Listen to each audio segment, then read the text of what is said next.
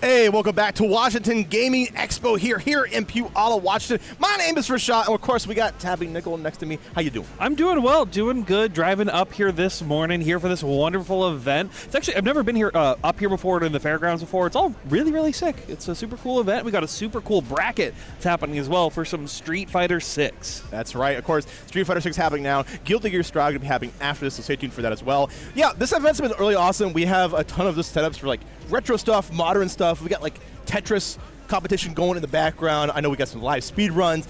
Incredible cast of VA.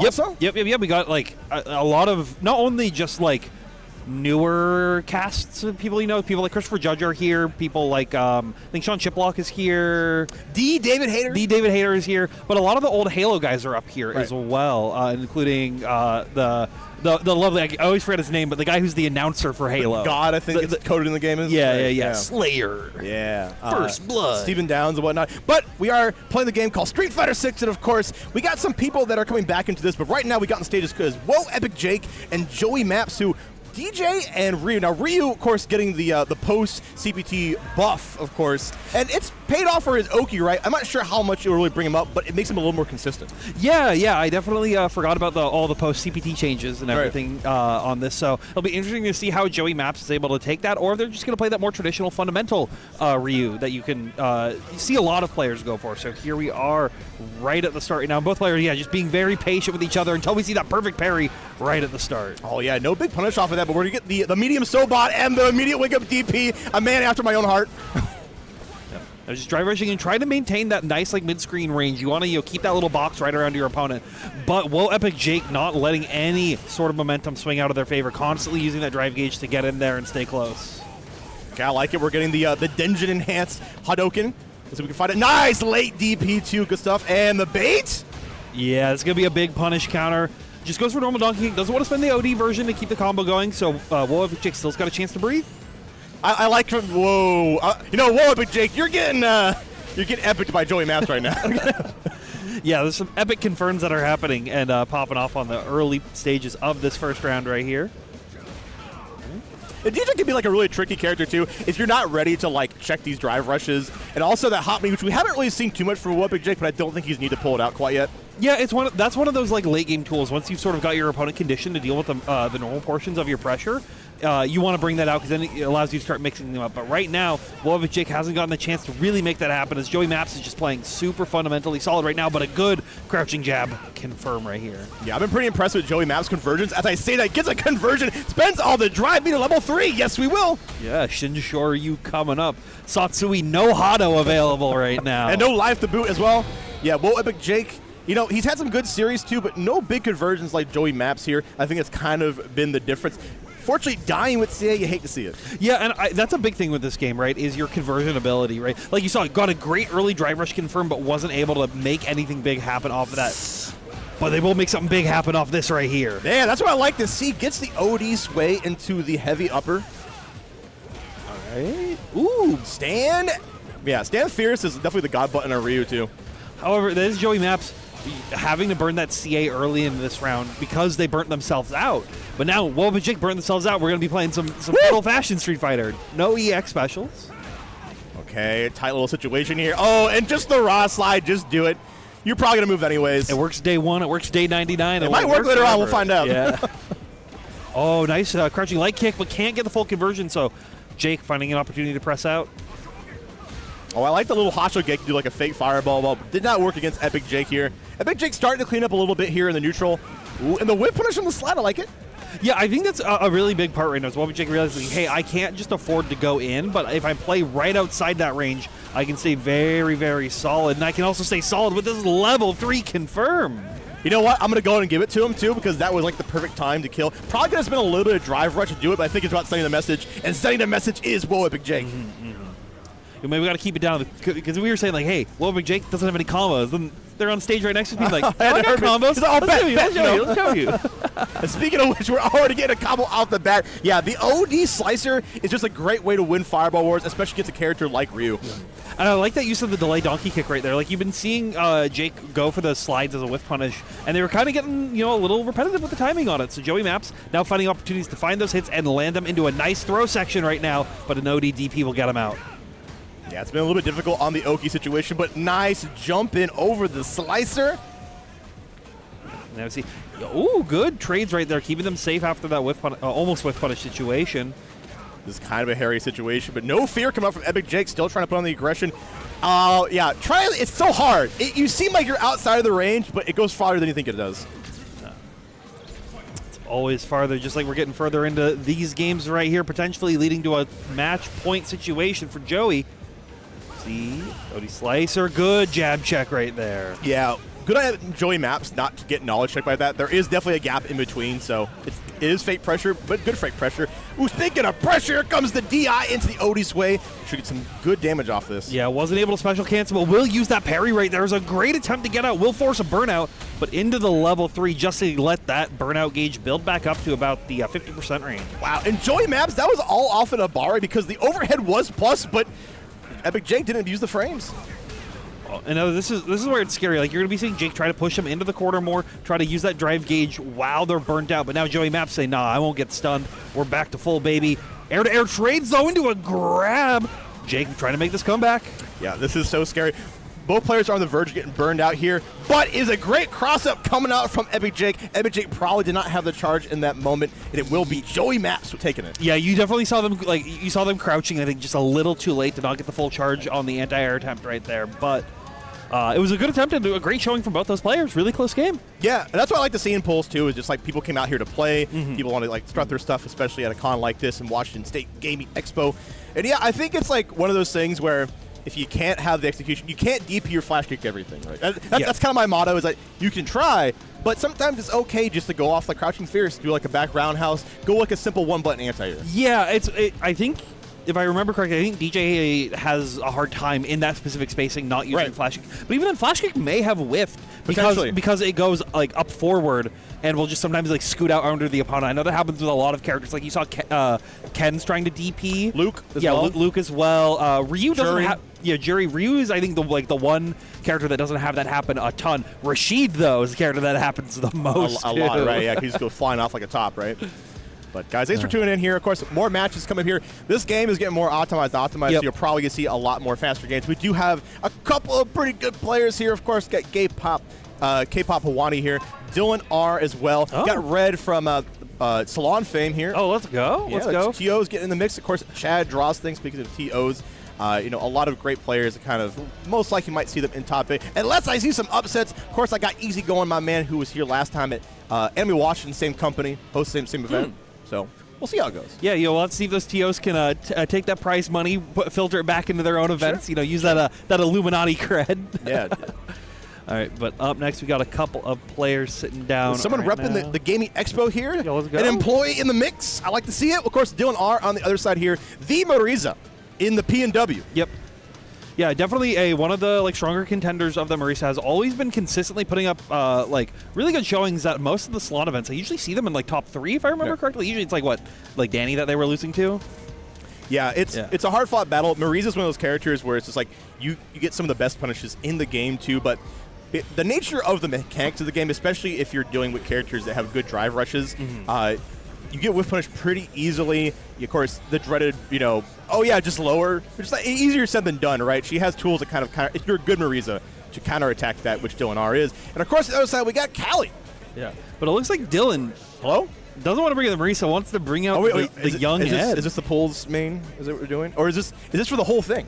It's curious. A con character? Ed is a character that I've seen very conflicting opinions on. I saw a lot of players being like, "Oh, his jab kind of sucks." He's like, yeah. But then Ending Walker's like, actually, his jab's good, just not in the ways that you should be using. No. I think that was the same thing with Rashid too. Yes. Rashid came out, people were unsure about it, and now we see that character a lot more. Yep. And you're already seeing it early off. Goes for the low sway right there into a drive rush, just constantly keeping the pressure going right now. Good use into the flicker. Tried to get a sway grab, but not going to work out just yet. This character, Ed, has such really solid buttons and solid meterless conversions too, and catching the jump out once more, gonna get the OD snatcher into a perfect KO. Yeah, definitely looking very strong. I can already see shades of the Marisa play on this Ed right there. You see them that sway, the web grab right there. That was definitely oh, you would Gladius at any other time. Sitting right there. I can kind of see that also in Standing Fierce, because Standing Fierce kind of has like a similar motion. Oh, but that's one of the strengths of Ed, is if you wait a little bit too long, Snatcher can do a throw it from that far away, and he gets snatched one more time, not double perfect. Oh, no. Oh, no, don't let it be you. Yeah. Sometimes it's just you, though. Sometimes it'd be like that. Sometimes be like that, but, you know, Dylan R just putting on the dominance right now with the rush down of the Ed. You haven't had a chance to see the level 2 stuff, which is probably one of the big things for this character in the future, is optimized level 2s. Yeah, and it's really because for those who don't know, it basically just gives you almost like infinite juggle decay. So you can almost go coast to coast with it, and there's a lot of potential for it. So we'll have to see how that adapts in the future. But right now, the only thing that we're adapting is these buttons into Callie's life bar. Oh, Dylan R, you're a bully. All right, Callie, that's what I like to see. Get a hit. Yeah. No more perfects for this take man. Those. Oh, but gets crushed in the corner right there. That's Dylan taking another round. Yeah. If it's anything I would hope to see from Callie is maybe a little bit walk forward. Walking back is usually like a new fighting game thing. Is just like if you're not used to like being comfortable in neutral, you tend to walk back. But walking forward is Dylan R. Gets another great conversion and knockdown. Uses the run cancel one more time into the DI. Yeah, just hit him with the shenanigans. Oh, but we can't finish their play right now, so they'll have to go for a couple of resets to fully close it out into that level 2. And just keeping it safe right now. Only a one-punch situation left. But Dylan R is the one who's going to be able to take it. Blink and you miss it. That match is already done. Congrats to Dylan R. But also shout out to Callie for having the bravery to get on stage. It takes a lot just to show up. Yeah, I think that's always the biggest factor I see with a lot of people. Even these people who you'll see like grind the net play ranks, they're like, oh, I don't want to enter a tournament, I don't want to go offline. But it's like, just show up, have fun, come here with the rest of us, play some good games. I had a person yesterday who was at this convention that talked about that. They're like, yo, Street Fighter Guilty Gear, I wish I was coming here tomorrow. I was like, well, yeah, definitely show up. And they're like, I can't. It's like, well, do you ever go out to any other events? And it's like, oh, yeah, but I'm a little shy. It's just like, and I kind of get that. That's why online is nice for some of those people. But I do encourage it. We do have a very welcoming community of all walks of life in many different games. So there's definitely somebody for you. Yeah, most definitely. Like, I can't imagine, like, I mean, there's so many people that I can think of right now just from our, like, local scene that were definitely, like, first come and they're very, like, shy, not want to talk to anybody, and they've definitely, like, just grown, like, they've become social butterflies almost. So it's definitely good to see you. Not only do you get good games, you get good friends. That's what it's all about. Yeah. Most definitely. But looks like we're getting our next set of players coming up shortly here. I need to actually pull up this bracket. Yeah, like we talked about how like all the players we have. Got to mention also my boy Fizzgig repping the Southern Washington PNW FGC, and they'll be entering Guilty Gear and Street Fighter. Yep. Pretty young buck that has been doing pretty good in both games. Plays DJ in Street Fighter. Plays currently Johnny. Used to play Bridget in Strive. So kind of a gamut of different characters. I think they really like the avant-garde kind of like not typical just 1 and 2 Shoto character, right? Yeah, and I think that's a very like it's a unique skill to have. You see a lot of people tend to stay more in line with a single character archetype, right? Like for myself, if there's a Shoto character with a good footsies button, I'm probably going to be playing you're there. Yeah. But it's not, and they're not like one of those like weird character players, right? They're not someone who's trying to play Dhalsim, Faust. Why are you calling at me? You know what you are. But these more like obtuse characters that require a little bit more specific matchup knowledge that I think can give you an edge versus a lot of people. I think there's something to be said about, at least on my end, I do like every time there's a new game comes out, to try out a different archetype just to learn something. Yep. So I truly believe that every fighting game, you should give it at least a shot because it can teach you about a new aspect of your play as well. Oh yeah, so much. There's like and that's a big reason I personally play, and I see a lot of other people play a lot of different fighting games because you are forced to learn at least one new thing in every game, right? Like take it from me, someone who comes from an anime background. I played a lot of Street Fighter 6 when it was first out because I needed to be like, my footsies kind of suck, and now my footsies suck a little less. Well, we got the man, of course, the king of footsies, the absolute lover of 5L. Right? Yes. You'll see Kai footsies in any game he plays, and he's going to be doing it, of course, with the boy Ken here. Also, one of the sickest sticks. Both of these players have really sick sticks. We got the CVS2 and the Sonic Adventure sticks. But you see, Chad's got the cheat stick. He's got all those extra buttons on there, ready to already be bound to every single thing. Macro, yeah. I mean, honestly, I'm about it. Like, the more I play this game, it's like, man, I would love to be able to reach the DI button. Yeah. Well, now that I'm seeing those hitboxes that have like 32 buttons on them going around now, it's like just ankle, by the way. Just ankle caught. It is his fault. I'm 100%. He's part of it. He definitely started the wave. There are two people that are responsible for the arms race of stickless controllers. Or there's three people. I'll give three. It's Gaffro, it's Daigo Umehara, and it's Ankle Gator. What did Daigo have in the very beginning? So he had the Gaffro box. The Gaffro box, that's what it's called. Which the Gaffro box is just what the everybody's controller is now. And CBT banned that, right? CBT, well, the reason that CBT banned it is because it didn't have SOCD on its extra buttons. Because it basically was just a pad. It was essentially a pad with no button. With only you could buttons. walk flash kick or something. You could do walking forward flash kicks. You could and walking forward sonic booms, which was the crazy one. Wow. But that was because SOCD wasn't fully required and implemented in there. The only game that I think actually had an SOCD requirement for its long time was Marvel 3, because in vanilla Marvel 3 you could hold back and forward at the same time and it would block both left and right. Wow. Well, now you know history. Yeah. Well, let's see who's going to be part of history here. Chad draws things and Joey Maps come back on the stage here. We're going to get the old-fashioned Shoto battle. Yeah, you talk about footsies later? Footsies? Probably going to see some on display. I was going to say, talking about history, getting the Street Fighter 1 Classic. Let's see who's got the more street cred here. Chad draws things, of course, a taker of multiple brackets, of course, in multiple games. Lover of Dragon Ball Fighters, Street Fighter, Guilty Gear, Exerd. I fought this kid, he's like 27 now. God. I fought him when he was a teenager in Exerd. Yep. At the monthlies we used to host at the Highline for Northwest Major. Yeah. And it's just so cool to see him just come up in the world, and he's done well for himself. But we're gonna see who's gonna do well here in this next match. Yeah, gonna see the battle of the Shotos right here. The students of Gokui trying to make it work out right now. All right, just like you're saying, playing that footsies game, both just trying to space each other out, control where they can. But Chad finds an early Dragon Lash, but can't find the full confirmation, but they will throw him into that corner. Okay. And even though the throw loop is kind of been nerfed from Ken, you have to manually time it now with a walk forward, or you can start going for these EX fireballs, but it won't matter because we got a DI going, and it's going to finish out the first round. Yeah, and I like how Chad's just keeping it very calm right now, not trying to do anything too fancy, just being like, okay, I'm going to pressure you, I'm going to try to bully you where I can, and I'm also going to try to perfect parry you on these jumping opportunities, but doesn't find the H-Tatsu or the Run Tatsu confirm. All right, but we're going to find a punish counter hit here. Going to get the enhanced Tatsu corner carry, famously known for Ken gameplay. Oh, good throw out of that parry right there. Not going to allow them to get out of it just yet. You see Chad trying to perfect parry a lot of these jump-ins, and I think Joey quickly recognized it after the first time it happened to just blow them up for it on their Level own. 2, that's going to be it, right? Oh, not yeah. Yeah, because of that perfect parry, got scaled a lot. So Chad still has a chance to make it out. Is burnt out, though, so you have to be very, very careful here. Okay. Yeah, you are not out of the woods yet. Did not get the full animation. A little bit of health left. Oh, but I forgot you do get the combo after the non-cinematic version, courtesy of Third Strike days, and Chad taking it. Yeah, trying to live right now like a 2004 Evo show match, but a good drive rush into the Crouching Fierce right there. Crouching Medium. Nice. Oh, unfortunately, we saw that earlier in the last match too. Joey Maps unfortunately having these weird buffer timings on the Tatsu, but it's going to work out for Chad here. Got Joey back in the corner.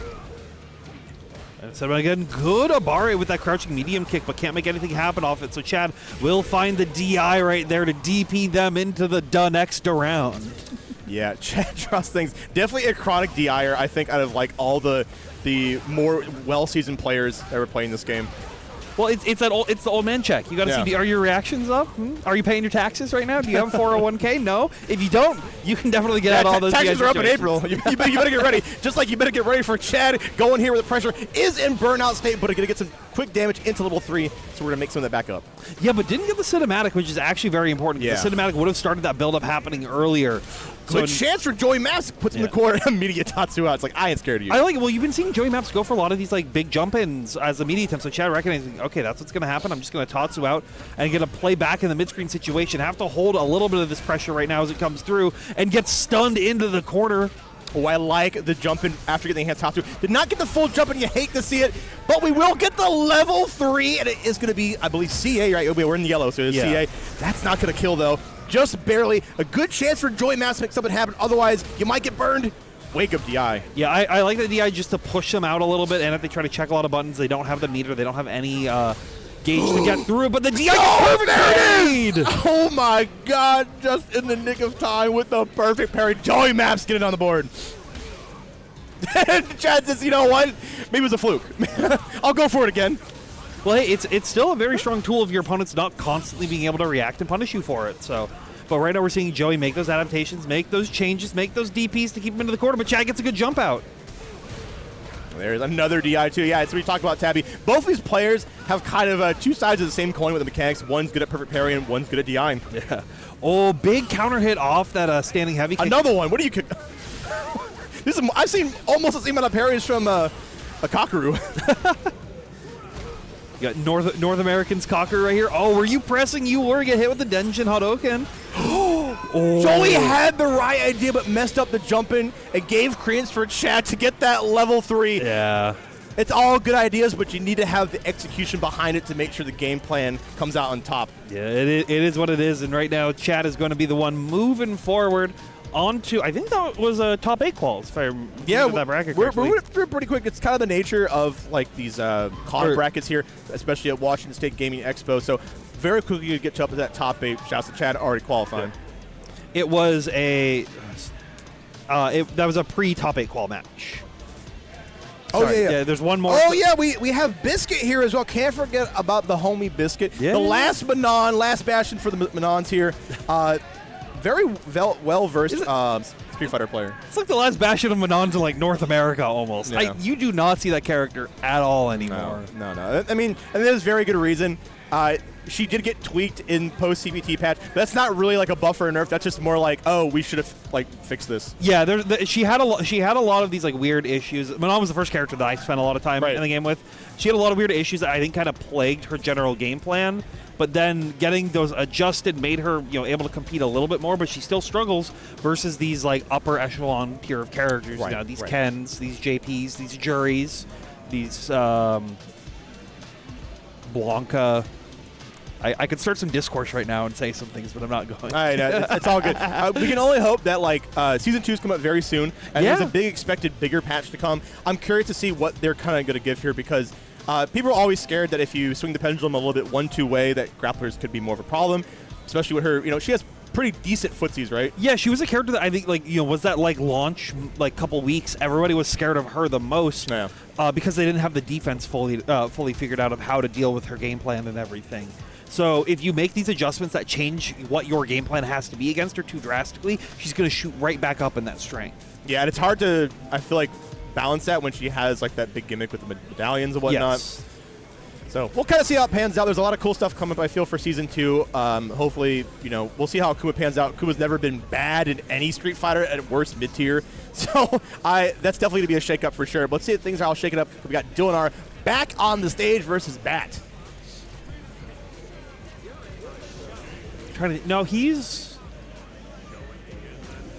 No, it's Evil Ryu is bad in Alpha 2. That's what it is. I was saying there's one game I'm like, no, there's one. It was Evil Ryu's bad in Alpha 2. Yeah. But here we go. Thanks, Street Fighter. But we have Bat on the stage here, bringing out that JP, of course. Despite the nerfs, his character went from what, top 1 to top 5? Like, the utility of this character is still great. Yeah, and now we also get confirmation of Dylan is rocking with the Ed through the whole damn thing. Okay, all right, Dylan, well, show it to me. And so far, he's showing it pretty well. Now keeping that 1-2-3 going down and locking Bat into the corner. Now pulling him out, saying, hey, you got to guess 50-50 high-low. Where do I go? Right now, you're going back in that corner. Yeah, you can't be deer in the headlights against Snatcher in the corner like that. Otherwise, you get another perfect KO. Dylan R needs a counter. Yeah. Like, all these perfect KOs happening on stage, don't let it be you. Let's go. All right, good early throw. You're going to set him with a pierce. And now this is the advantage, right? If Dylan R can't find the opportunity to fully get through, did the OD pierce, but it didn't connect. Dylan R not able to react to it in time. Ooh, I like the reset into the EX command grab. Now, this is the perceived weakness of Ed is getting zoned out to, and so far it's working pretty okay. That is going to be a punish, but not a big enough punish on the DP. Yeah, getting the jump. It's over. Yeah, now getting the perfect of their own. So this is where you're seeing the weakness of Dylan at Dylan's Ed right now, right? Like, new character, still not fully comfortable with exactly like, okay, I know systems-wise what I'm supposed to do, but I'm not making everything work right now versus Bat. I've never seen so many command grabs come from JP, and I think because you don't see that too much, it's working a lot more against Dylan. Yeah, exactly. It's one of those, it's not on your mental stack, because if you're only playing at that upper end, you're not seeing it. Hey, you gotta respect the Pierce, or excuse me, the portal. Yep. All right, OD Web going to give them the big combo that they're looking for right now. Baits the throw, but can't get the punish on it. Oh, didn't get the full conversion there, but man, that standing the standing medium kick, it's like such a great whiff punisher. Yeah, it's a new tool in this kit compared to Street Fighter V, and I think it's super important to like actually making him work to his fullest, right? You know, give him that pocket misfire. Ooh, level 2 didn't quite work out, and the parry on the DI. Everything is coming up aces here for Dylan R. Can we get the full conversion into the level 3? Yes, we can. Yeah, well, this is one of the sickest level 3s in the game. It is sick, and it's going to be CA as well because you're at that low health range. Check out the Pog face. No, that's not Pog. That's like JP Craigasm or something. Craigasm, no. All right, let's see who's going more crazy with it here, because Dylan R has a good start so far. I believe in that, though. They've had a couple of good sequences, and once they get Dylan R in the space they need to, but it's easier said than done, as Dylan R has been relentless. Yeah, I think that's going to be the story of this matchup, right, is like making sure that you can't get in situations like this, because as soon as you get pushed out, Bat has had a great time, but Dylan R finally finding the sway timings, finally finding the right momentum that they need to fully press it forward. Nice anti-air into a throw. Hold this corner once again. Webb pulls him out. Yeah, and just web throw, and then you got a tick low or a standing high-low mix. Like, it's super, super scary right there. Ooh, the level 1 goes in and out of the frame. Not going to kill quite yet. You know what? I respect the amnesia. Hadn't seen it all game there, but still wasn't going to, trick Dylan there. All right, and finds the jump over, but not able to get any big punishes on these whip normals just yet, but they will find off this first hit. Ooh, fancy conversion coming up from Dylan R. Push him all the way to the corner. One of the big strengths of Ed as well. Nice counter DI right there. Was already ready for it. See, doesn't have that old man reactions. Seasoned player indeed, and it's working out pretty well for Dylan. Dylan, of course, put him back in the corner. Hopefully make sure that bat falls in their sword. Level 2, this should be closing out here if we got the conversion. And yes, we do. Yeah, it's a very hard conversion to drop, honestly, just because you're putting 92 years of hit stun just with the orb setting. You could stay there, go home, make a sandwich, come back, still find that confirm. Exactly. Shouts to Dylan R once again, moving on through his bracket. And, pretty expected fashion, one of the best players here. Yeah. That was qualifier for top 8, so shouts to Dylan R getting onto the top here at Washington State Gaming Absolutely, Expo. Absolutely, yeah.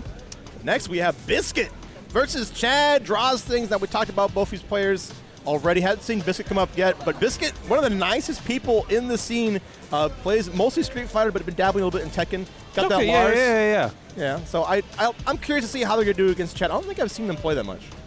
Yeah, I know I've seen them on the mic at a couple of events, like locally and whatnot. So definitely going to see how interesting to see how that translates over, into their full play. If that knowledge that they have up there can be brought onto the stage. Yeah, even though Manon kind of like on the lower end of the totem pole for this game, I think the natural power level of modern fighting games is just like we have to kind of rethink tiers, right? So even like low tiers are still to be respected, right? She still has things you have to respect. If you respect her a little bit too long, you're probably gonna get command grabbed. So I think another very important thing in this matchup specifically, right? Chad is not someone who actively grinds this game. He's not someone who's hopping on net play, getting that MR up and up. He's a Ken lover, right? Does he know the counterplay? Does he know exactly how to deal with Manon? Because if you don't, you get to roll a lot of your own pressure sequences and just kind of go crazy on there. Get those medallions up, get those throws dealing even more damage. Right now, I currently see Chad walking the opposite direction of the stage, though. He's coming back. Had to grab his stick. Yeah, you're definitely right about that. Yeah, if you are not really knowing of the simple gimmicks that Manon does have, especially after post-throw Oki, there is that high-low game, which, they look like they have high startup, but they're roughly about the same frame, 14 frames each. And so that is on the cusp of reaction time, right? Yeah, it's reacting to the situation, though. You're not being able to directly react to the animation startup. I think a bigger thing that you'll see, and I think is what you're going to see Chad probably be looking for, is opting for just playing that footsies game, trying to not let the Manon game plan even start. So it's if you don't have to deal with that, if you just get to play an honest poke game, you get to play pretty well, and that's where Manon does have a little bit of struggle. She doesn't have that special cancelable crouching medium kick, so she can't get those free drive rushes in. She has to use things like standing heavy, and I believe I think that's like her main like poke tool, and even that it doesn't reach that far. Yeah, I think her max range, you look for like a lot of whiff punishes to get their conversion, especially off a punish counter. And it's more, of course, I want to see if Chad is more careful about putting himself in burnout. Of course, Manon has like the pseudo block string infinite with the back fierce, right? Yeah. We'll see how that pans out, but like Biscuit is definitely one to know that. So it's gonna be up to Chad to see if he is knowledgeable enough. Yeah.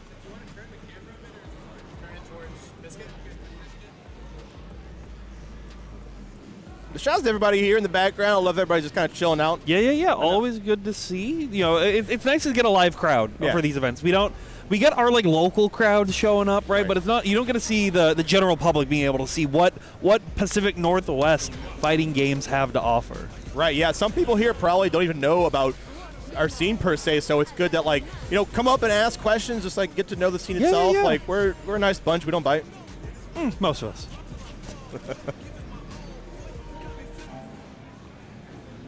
All right. Let's go, desyncing pads. Yeah. Oh, there was none. Let's go, no pads. No pads. The things we get hype about. Look, I just talked about how like we don't bite. We're a nice bunch. Like man, people are weird. We get hype about the weirdest things.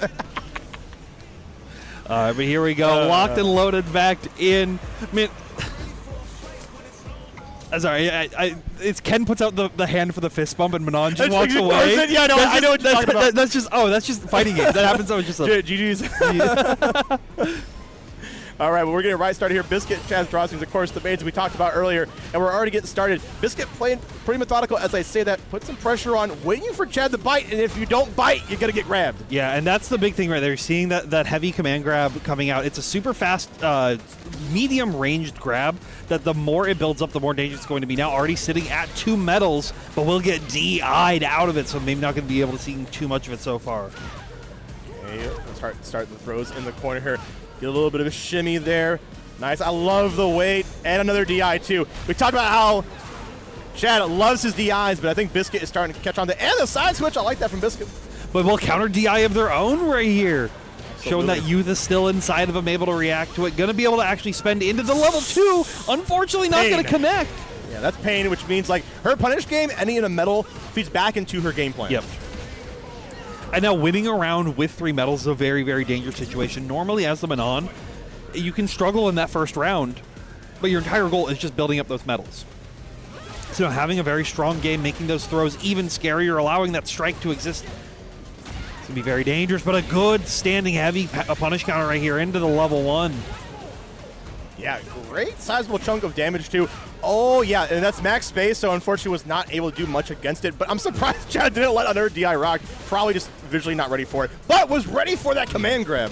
Yeah, Chad's also was I think also looking at their drive gauge, right? Like you saw that they were only sitting at 3, so popping a DI there would put you in a very scary situation for this kind of burnout, which makes it even scarier. But the level 1, they thought that was going to chip, but it's definitely not going to. This is CA. I'm curious. Will it kill?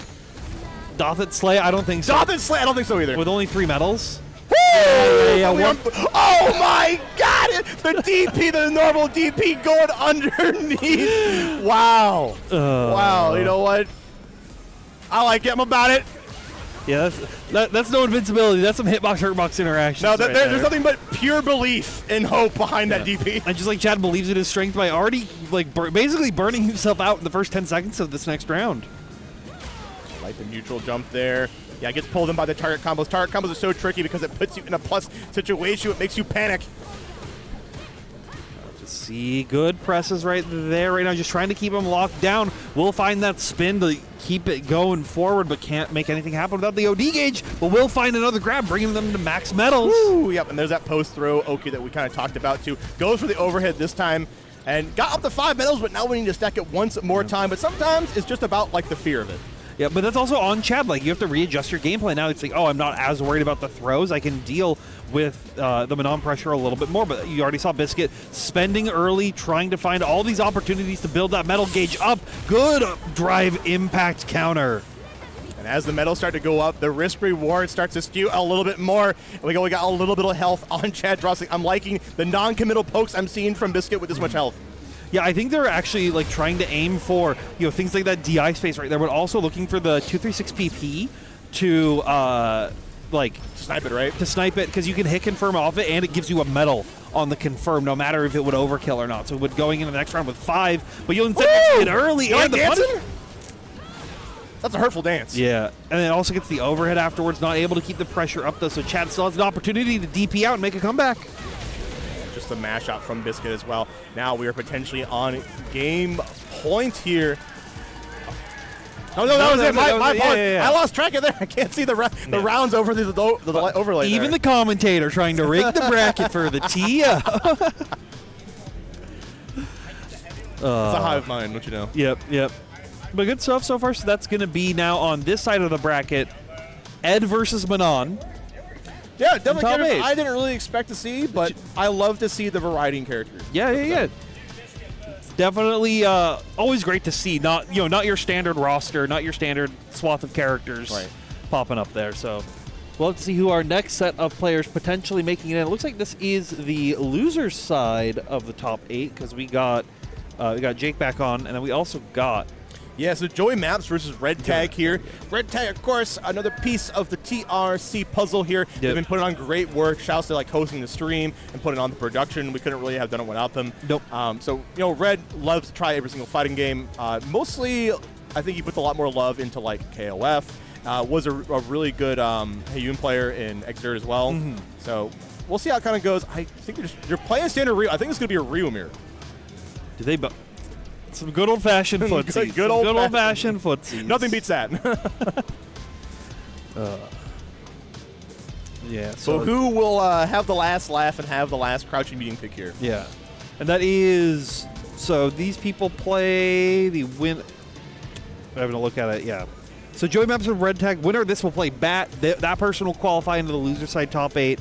And then we've got Chad versus Woe's Epic Jake, which I think might be happening off stream. I believe so, yes. Which is our other top 8 quals match. So we'll have to see that come through. And then after this, we're not just straight into top 8 because we still have that whole other pool that has to play. That's right. And that's where you're seeing people like K-Pop Wani in there. You're seeing Red, Fizzgig. I'm seeing a lot of names I recognize here. Frieza entered. Yeah, there's a ton of, now I'm thinking about it, there's a ton of Ryu rep here. Like, we talked about Red. Yeah. Red also plays Ryu and is pretty, I think, well knowledgeable in terms of just, what's pretty optimal, whatnot. But let's see how we get into this mirror here between Red Tag and Joey Maps. This is the best representation of, I'm you but better. Where's the toothpick? I need the toothpick. A cool Ryu. You know what I'm talking about? The strongest Ryu of history versus the strongest Ryu of today playing off against each other right now. For those of you, in case you're curious, blue Ryu is on Joey, red Ryu is on Red Tag. Easy to remember those colors matching up with that name, so we'll have to see 100%. how it pops off right now. Well, there we go. A simple jump in from Red Tag leads to a good Oki situation, and the pressure is going on here.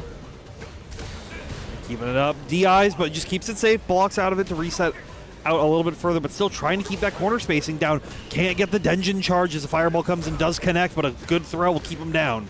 Now, we have seen that Joey Maps is kind of a player that does rely a lot on parries, but Red Tag find a whiff punch there. Doesn't get the full conversion, but I like it. Just disengages, go back to medium range. Yeah. And I think a big thing you're going to be seeing from Joey, and I think you're already seeing it right now, is figuring out Red's timing on these presses, right? So you can actually rely on those perfect parries, rely on getting those extra conversions, extra knockdowns. And that's the classic, the fireball trading with the low forward at that close spacing right there. It's been the same since 1999. Yeah, that's all thanks to Red playing a lot more careful in the early game. Come out on top of that trade. Let's see how Joey Maps adjusts. You'll have to see right now. Just throwing fireballs, trying to chuck these standing heavies and these crouching medium kicks at each other. Yeah, Joey Maps loves his donkey kicks. Not really working out against a player like Red Tag. I think he's maybe been watching him a little bit. Yeah, the donkey kick is a very solid tool. It does have a lot of use. However, it works better on people who are trying to actually play that space control with you. Red Tag is instead playing right at the edge of your donkey kick range. Right. Playing really well here. Oh, and just unfortunately got the very edge of the OD wake up DP. But we'll find a DI that should be a level 3. Oh, but did not wait long enough to get the pop-up. Oh, my goodness.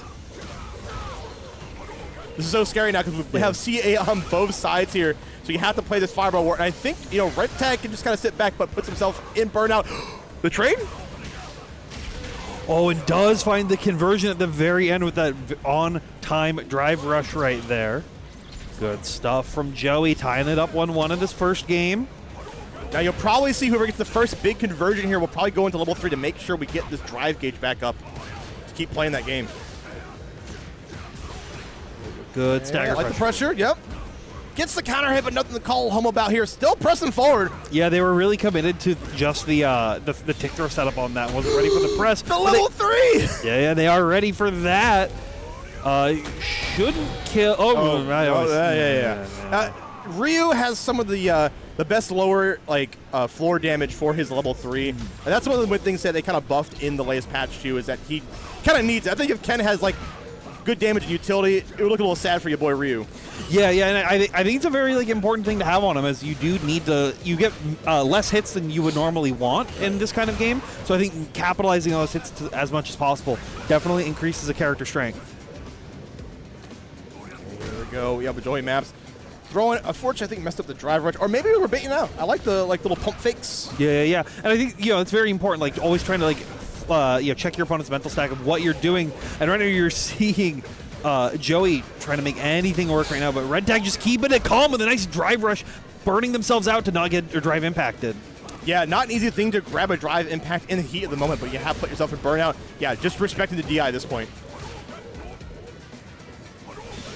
Yeah. Slow and steady wins the race. Oh, no, nothing to really call home, but a big conversion. That should be it, though. Yeah, wasn't doing the one of the slower fireball options. It opted for heavy fireball, so you weren't able to get the CA punish on there. All good DP right there on that press attempt. Unfortunately, yeah, the overhead does become plus something to be respected by, but Red Tag says, I ain't respected any of this. I'm going to keep jumping in, and so Joy Maps will get the anti-air into the DI.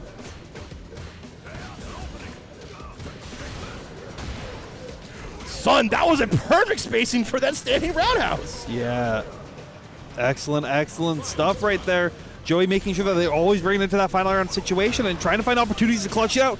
Jumping heavy kick will connect as well into the level 3. Now this is the game plan that I was hoping to see earlier on that now comes to fruition. Joey Maps is going to get in the lead of this health department, and of course with plenty of drive gauge to spare.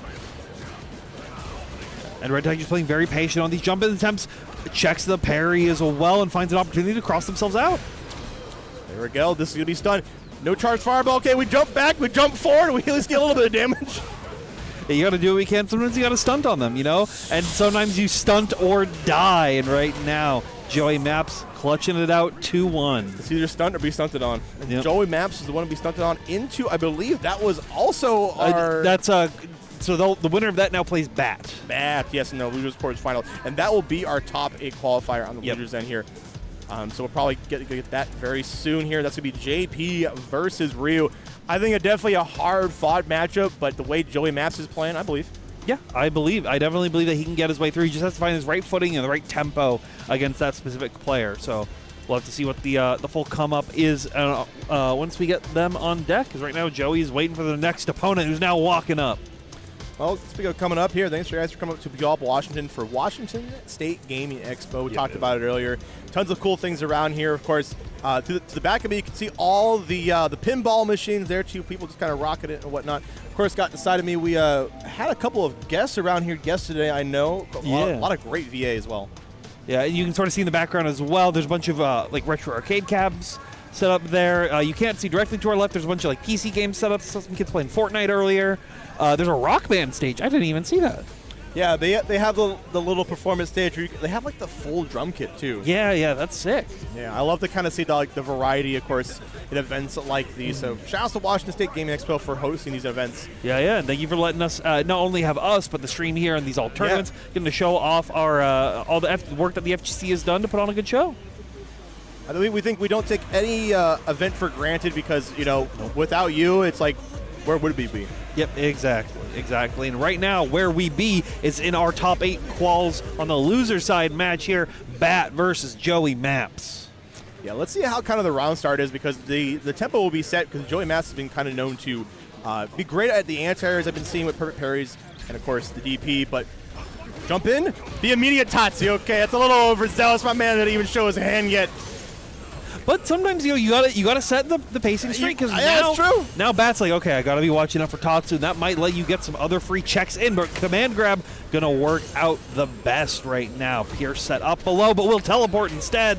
Yo, oh my God. Bat is not letting up here. This looks so difficult now for Joey Maps. Yeah, just kind of like, I say GG's go next on that one. You only have so much health. Man, I don't see a perfect so much from JP. That's one of the sickest perfect, like, win streaks ever. That is sick. They couldn't make him too good. They can't let him see that every single round. Oh, and the reset into the grab as well. You even saw Joey trying to press out of it, but was slightly too far out for that button to work. Yeah, Bat an avid command grab goer. But let's see if Joey Mouse can pick up the pace here. But Bat finds a counter hit into another reset. You know, if it keeps working, keep trying. But level 2, good drain.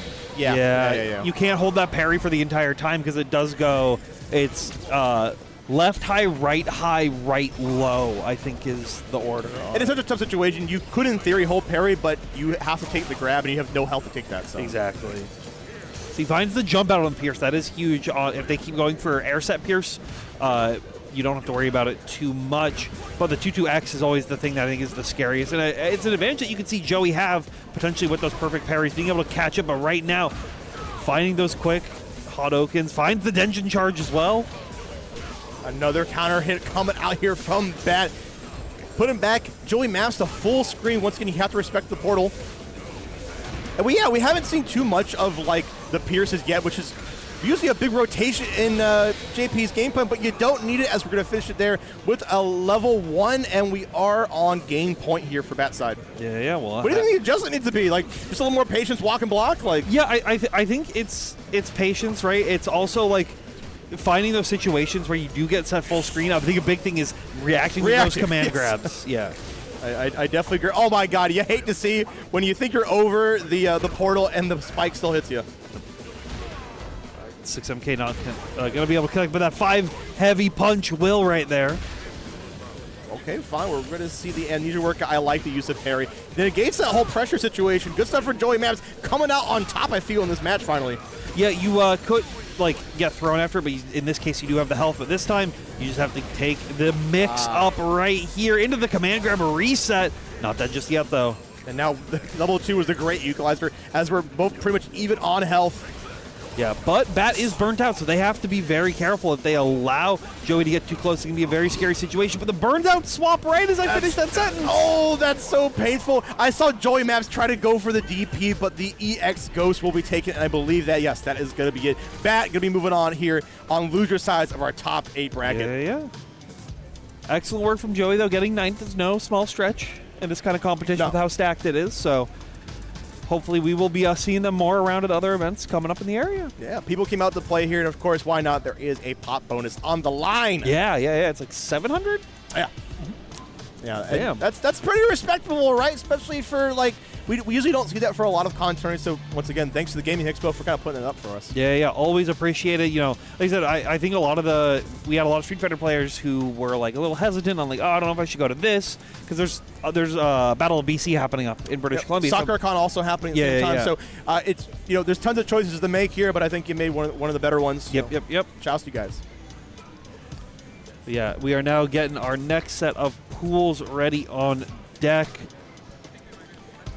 But we will quickly cut to a short break in the meantime, so make sure to stick around as we get our next set of pools of Street Fighter 6 coming up here shortly.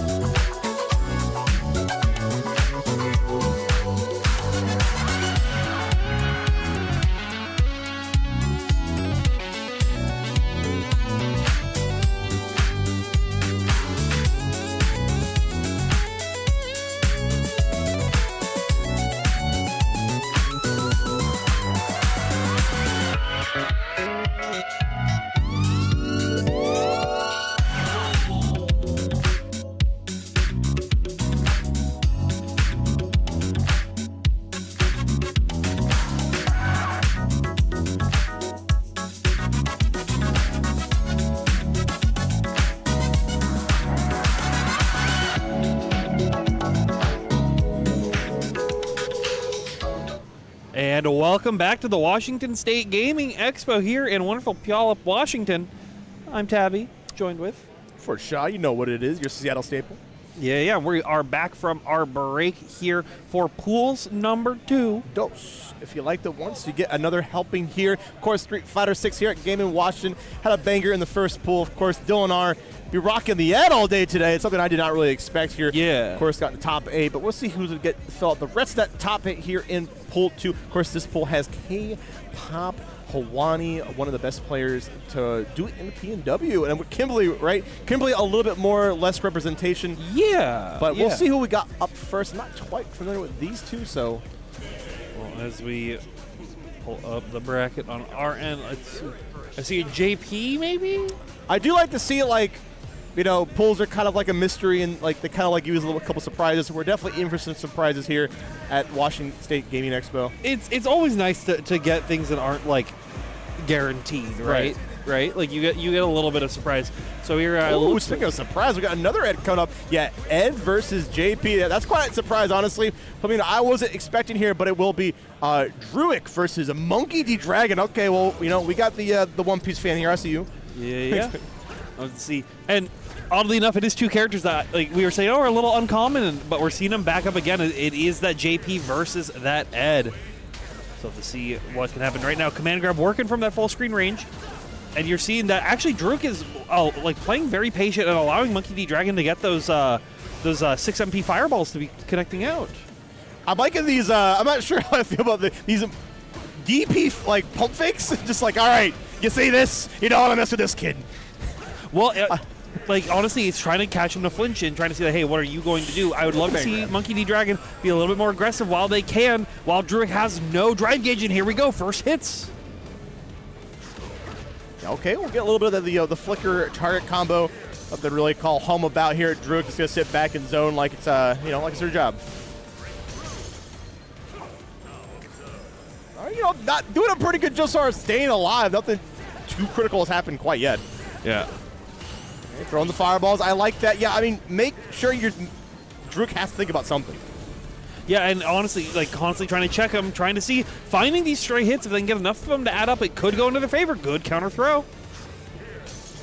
Okay, I like it where it's inching past here. You can't be throwing out too much, though, because the Piercers will catch you, and of course, catching there with the sweep there at the end. All right, Monkey D. Dragon, let me check out. I know you're jumping around. I know we got some Mario voice actors here. I know you're trying to represent, but I need you to get in there. Yeah, trying to hit him with the Mamma Mia. Oh, no, please. Please. If you know, you know. All right, good jabs right there. And a nice jumping heavy kick from Druick and just kind of bullying the pressure right now. But Monkey D. Dragon doing a really good job of finding these good Abares. Also chasing down these jumpaways, too. Not the easiest thing, but you're going to have to do something pretty difficult. And that's getting hit by the level 2 here. All right, Druick's starting to get a little optimal here. All right, I wasn't sure if you had the conversions. You were all about the command grab earlier, but all right. Time to pull up all the stops here. Get one on the board here. Let's see how it goes into the next match. Monkey D. Dragon gets hits, but there's not really much mileage off it. I want to see a little more going next round. Yeah, we'll have to see what they can do right now. Good use of that whip, actually, sitting from that like 2/3 screen range and actually be able to press Druick out. But Druick says, okay, we got to re-challenge up close, got to keep that pacing changing. We got to drive impact them all the way to the corner. Yeah, unfortunately, not really doing much with the Screebog on block because you can DI it, but it's one of those things where you have to be pretty knowledgeable in this matchup. Oh, nice teleport with the falling kick right there. There we go. Jumped over the command grab. Got a little bit of damage here, but we'll see a little bit more on the plate. Where you reach? Oh, my God. Yeah, I thought they were maybe close enough to get it, but instead the grab from Druick will work out because it's that command variety taking the next round. Yeah, you and Bat both love the command grabs here, which is seeming to be pretty difficult here for the bracket. Oh, but the reset to the portal, that's not real, but anything's real against a character or a player that's not present against you. Yeah, exactly. It's only real until they make it not. And right now, Monkey D. Dragon is looking like they really are trying to find a new opening. Up on Druick right now, great low check. Okay, I'm expecting the command grab. Okay, all right. For some reason, you get that mid-range, you're just like, all right, you go for it again, huh? Yeah, I like it, rushing up with the normal throw. The raw level 2. Oh, yeah. Yeah, just kind of finish it out in style there, too. If someone is not willing to sit still, they're definitely just going to hit by all the hits. Yeah, absolutely right there, and that should do it. Yeah, pretty easy stuff there. JP is a character where it's just like, you can't play like simple game plan against him. You have to play his game because he plays it really well. Plays it really well, but also he plays pretty outside the natural mechanics of the game too. Like he kind of bends the rules. Yeah, which is a nice like tool to have, to be honest. It's like if you are able to force yourself to play a game that not everybody else is playing, you can get a lot of reward out of it. Okay, well, let's see who's going to get the reward going on to our top 8 here at Washington State Gaming Expo. Yeah. We talked about our top 8. We already got Dylan R. and Biscuit, Bat, and Chad draws things in here, so we have 4 slots still to fill out. So we're looking back here at our Pool 2. Yeah, so winner of this ends up playing K-pop, Hwani. All right. So and it looks like I think we might actually be getting that matchup right away. Oh, fantastic. Yeah, Druick and K-pop are going to be going at it already. No, excuse me, no, we're not. We are getting Red versus Isaias. Oh, we are. Okay, they are having them change. Yeah, I thought I heard him say stay up on stage, but yep. So Red versus Isaias, and then our other matches. So we have K-pop Hwani versus Druick, like we talked about. And then we have Red. We have Reggie. We have Red and Reggie in this bracket. If that doesn't throw you off, I don't know what will. Versus it's Reggie and then Tita. And then on off stream, we have Fizzgig and Nocturnal playing right now. Don't squish Biscuit's head, Red. Why are you going to do that to him? Corrupt Tio in the business here once more.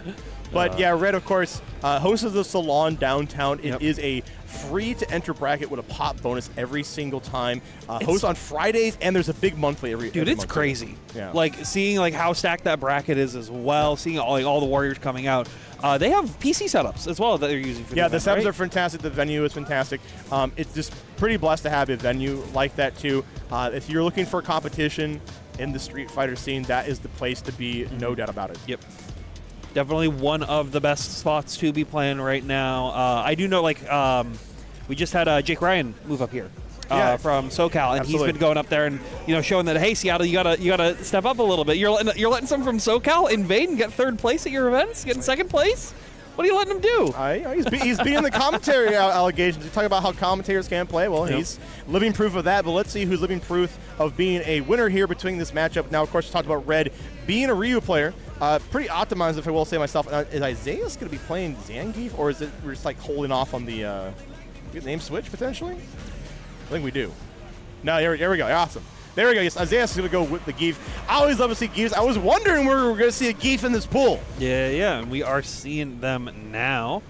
And it'll be interesting to see. I think Red definitely has some experience in the Zangief matchup. Oh, absolutely. So it'll see what that knowledge goes through. But how is Isaias going to change up their game plan to fully blow them up and switch up that Zangief strats?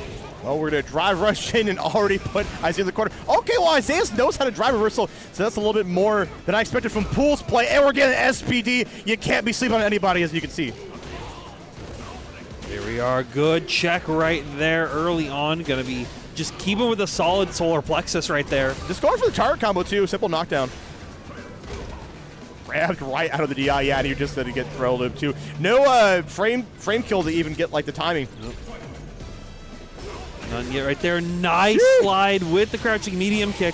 Going to be able to lock them down, keep it down, but a nice chop right there. But the lariat, or the spin's going to mix, but... You still got to respect the wake-up game, and you got to respect that SPD. Oh, a little unfortunate there on the jump. Now you're put back in the corner. Of course, Red in burnout from that early spin. Yeah, and now just keeping them down right there, trying to OD SPD, but it's not going to work out when that CA Fireball will connect. SPD me once. Shame on you. SPD twice. Oh, why'd you grab me? Yeah, Jeez, I got hit. I do the jump, so it's okay. It's all right. But it's that third OD SPD that they'll never expect. Okay, good alpha counter out right there, but Red having the solid blocks and just locking them down in this corner situation. But here it is, OD SPD gonna connect. If I'm a Zangief player, that's win enough for me. Yep. But they will be Red taking it once more. Going up in the round count here. Isaias, I need you to get a little bit of conversion. You're enforcing the grab, but I need to see some more of that strike action. Come on. Oof. All right, Red, we know. You got the anti-airs up play. We know. Good stuff for you. Good for you. Yes, one more time. Yeah, you're playing Ryu's game now. This is the optimal fireball trap game. Yeah. Channeling that inner Alex Valle right now, just constantly locking him down. Wait, Chance? Oh, no, you messed up the SPD. Not like this. No. No, you know what? They did it his way. Geese way. It's all about SBD. SBD, you know me.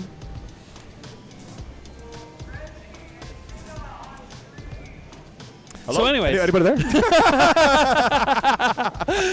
Anybody there? Excellent. Oh, you're back. There you are. Hey, to be on camera, you know. But you know what? Shouts to Red taking it over there, Isaiah. We love to see fun pull play. We love to kind of just chill out, and you know, it's all conversational at the end of the day. So gotta have fun one way or another. And they'll be playing the winner of Physic Nocturnal. So I'm gonna. It's like. Oh, I can see. You can just turn behind you. You can see their match happening. Oh, yeah, we got my boy Scorp coming up to the stage. Hey, yo. I see Scorp coming back up here. Scorpion, one of the more prominent players in the PNW, plays a lot of MK, and of course, played Injustice back in the day as well. Plays a lot of different games, but could be playing, of course, Street Fighter 6 here. The last time I saw this man, my man was playing Honda.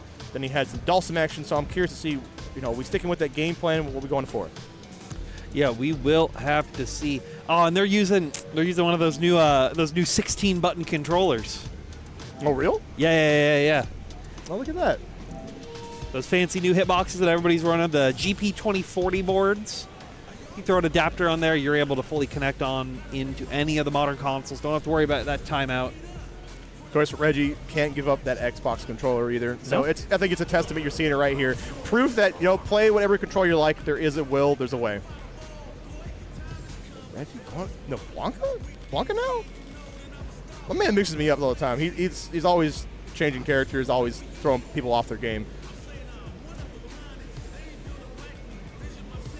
We are staying with Blanca, though. Now, Blanca's a character that people kind of forget about. No calls? They don't have light kick bound. They didn't buy He don't need it. He don't need it. You think he needs it? Oh, God. Did he really not have it? All right. Well, we'll see if he needs it.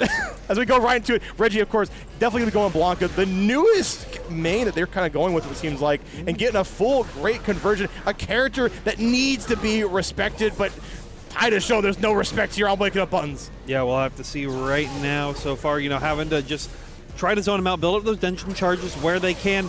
But Reggie not letting them get any room to breathe. Reggie just taking space, walking forward. Oh, anti-air DI. I'm surprised I didn't get countered in time. Still have the dungeon charge up, so if Taito's able to find one big conversion, not if Reggie can find a jump in, doesn't really believe in it, though. See right now, just trying to find these parries, build up that drive gauge where they can, but the drive rush throw gonna try to get their game plan started. And we're gonna throw loops once again. Solar Plexus gonna connect. Yeah, we're in the corner. It's a big chance for Taito to kind of make this up. I would just start chucking those fireballs in a good retrospective space. No, we're putting on the pressure. I like it, actually. One more guess for game. There it is. Yeah. We've been seeing that Taito is not one to really respect the Oki situation, too, so Reggie's kind of dancing all over him.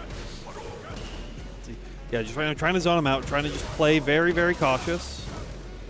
But once you get in, that's where Blanca can get very scary. Good trades. Caught him in the startup of the slide, too. Yeah, the slide can be very critical to get around these fireballs. All right, get a little 1 and 2 action.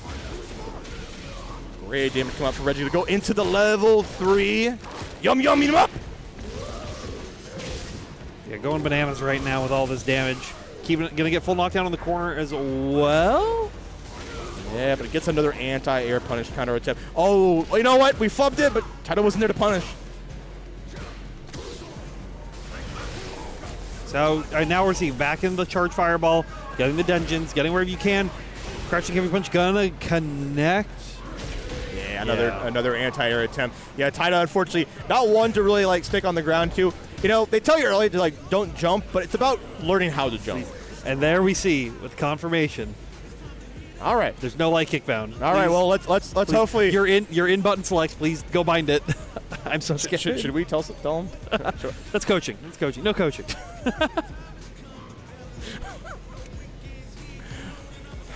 we all live with our choices here. You have how many buttons and you can't bound the 16 button controller. Yeah, not one has a light kick on it. Oh no.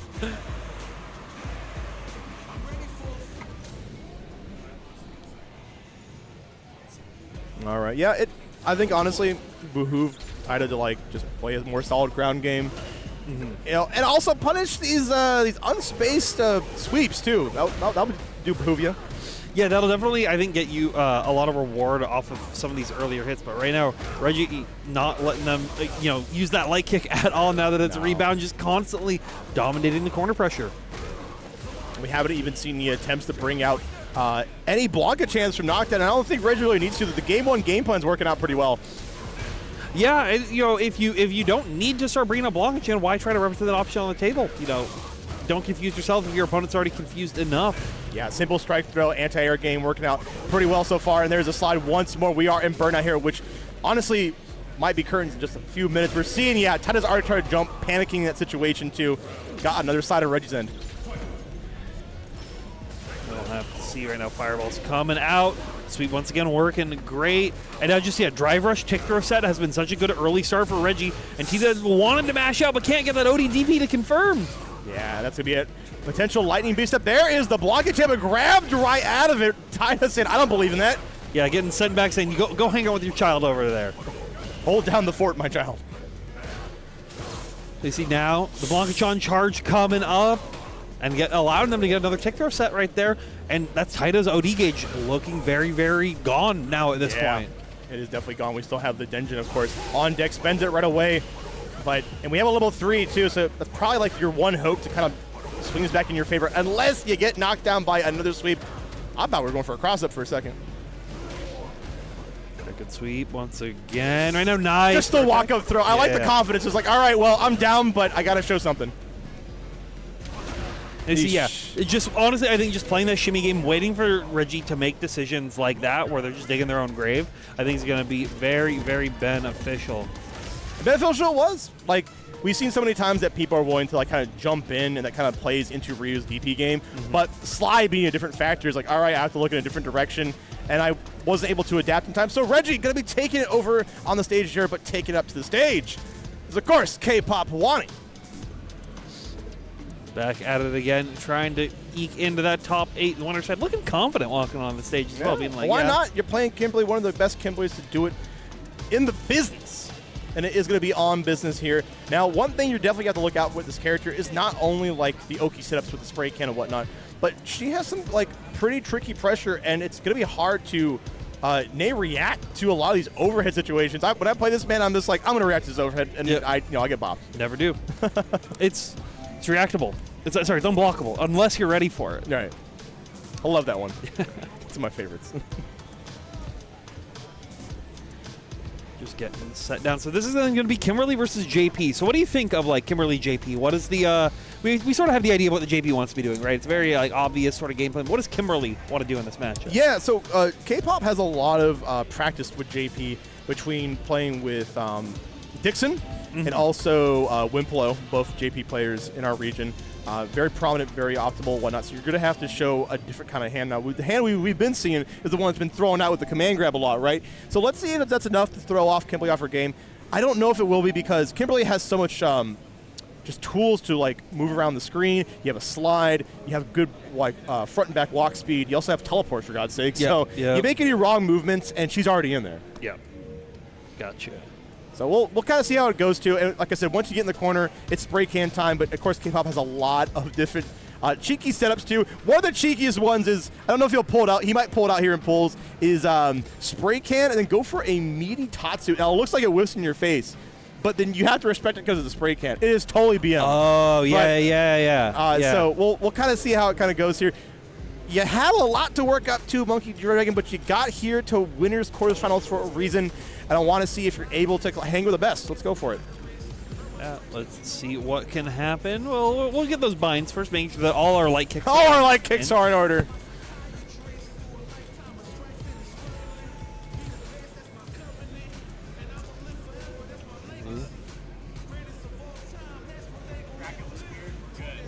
We're good? Okay. All right.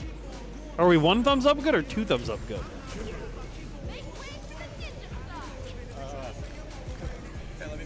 Yeah. Hey, what's up, guys? It's Chad, your boy Chad Draws, Chad Raws here, ready to give you the bracket update real quick. Monkey D. Dragon actually was the JP who won the previous match, but I think this is the first tournament, so he reported like 0-2, but he won 2. So we got it situated. Oh, no. All right, well, we're in good spirits now as we're getting out to the first match. K-Pop Hawani versus Monkey D. Dragon. Okay, I like it in the neutral so far. Working pretty out. Okay, we found the whiff punish, yeah, and we're going to get plus on hit after, I believe, the Vagabond strike there, too, so you're going to have to respect the post-strike situation. Going to get the knockdown. I like it. Get a cool conversion. Here comes the spray can. We talked about this earlier, Tabby. Yeah, and that spray can mix, I think, is going to be the big thing that's going to be like, allowing them to take the dominance right now. Monkey D. Dragon also not ready to just hold a lot of the overhead resets that are coming out here from K-Pop Hawani, looking very dominant in his first game. Yeah, it's about all these reset situations that are going to catch you off guard. I mean, you can represent parry, too. I mean, at least start with that. Start with step 1, right? Yeah, but K-Pop is already just baiting out these OD amnesias and working out very, very good here. Yeah, and of course, getting the level 3, going to get that buff, too, which makes her mobility even better, and her damage as well. So you can only make one more mistake here. Monkey, let's do it. Hope to see. Oh, found the jab, but no big confirm off it. We'll have that drive rush. Try to make these mix-ups happen even more. Yeah. K-Pop is standing on business here at Washington State Gaming Expo. It's going to take a lot more to throw him off his kill team. I like that early patience that you're seeing from Monkey D. Dragon this time. And being like, okay, I'm going to wait for you to do something, and then now try to react to it. Does find the throw to get out of the amnesia set, and now spray can mix is coming up again and again and again. Overhead connecting this time. It's the run cancel situation too. Okay, Monkey D. Dragon resets the whole situation, but a perfect parry on the sweep. Yeah, K-Pop, it just seems ready for everything. And there it is. Yeah, teleport. My God. Yeah, we've seen so many wake up OD amnesias too. So Monkey D. Dragon, you're gonna have to sit a little bit still. It's okay to block. It's okay. Yeah, it's okay, but you can't block forever though, and that is, I think, the thing that K-Pop is trying to layer on and stack onto this matchup right now. Again, drive rush is burnt again and again and again. Trying to find these opportunities to move in, but a nice check right there. We are dangerously low on the drive gauge. If Monkey can find a situation to put like K-Pop in burnout, we can get a level 2 going. Oh, we can finally find an amnesia. There it is. Okay, get a little conversion here. Oh, it doesn't have the full combo though, but still good knockdown, good damage, and good checks on this drive rush. Yeah, Crouching Fierce doing God's work out here. K-Pop gonna get another full conversion into a level 3, and that should be it. Yeah, you're just going to quickly clutch and close that one out there from K-Pop. It's always that last like hit. It's like, oh, it didn't kill, and then the KO splash comes up. Right, yeah. Insanely quick work. Probably the quickest rounds you're probably going to see here at Washington State Gaming Expo. Yeah. It's kind of what you really expected there. Yeah, excellent stuff from K-Pop, though. Going to be able to be moving on forward to fight Reggie to qualify for winner's side top 8. And then our next match I think we should be having on stream is Red versus Fizzgig. Ooh, you know what? I'm about that one. I'm going to see what's going on with that one because two sides of the scene. You got the north and the south going at it. Yeah. So Fizzgig playing DJ in this game. And it's the classically trained Street Fighter player as well versus the Smash convert. Yeah, there's definitely a generational gap here for sure. So let's see. Usually when I see like between generations is that one has the better neutral, one has the better conversions. Usually it's the Zoomers, right? Zoomers have better conversions, but the more methodical play comes from the more experienced boomers. So I'm kind of see which should be stronger coming out on top. Yeah, I think you normally see that from a more like fresh into competitive 1 versus 1 fighting adjacent games, right? But we already know Fizzgig from the Guilty Gear Strive side. Like, if you've seen within a lot of games, a lot of grind within Strive, a lot of play within there, as well as they have a Smash background even before that.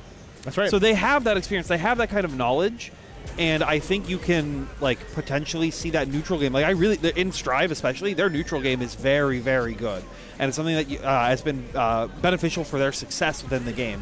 So seeing them take that and put it into an even more neutral focused game like Street Fighter 6 could give them an edge that these other Zoomer converts don't really have.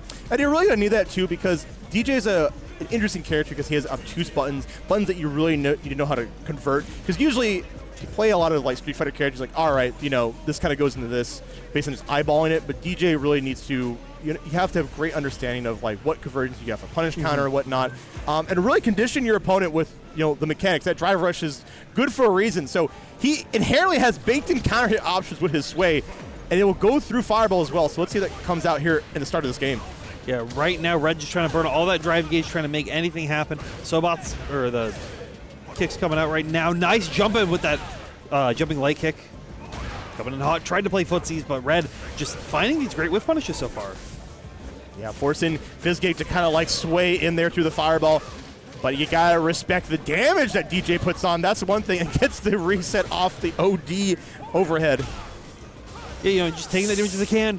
Oh, Playing with fire. You're playing with slicers right now, Red. yeah, Come on. Slicer's not fully able to connect, but that is Red without the drive gauge. We'll build some of it back up during that freeze period.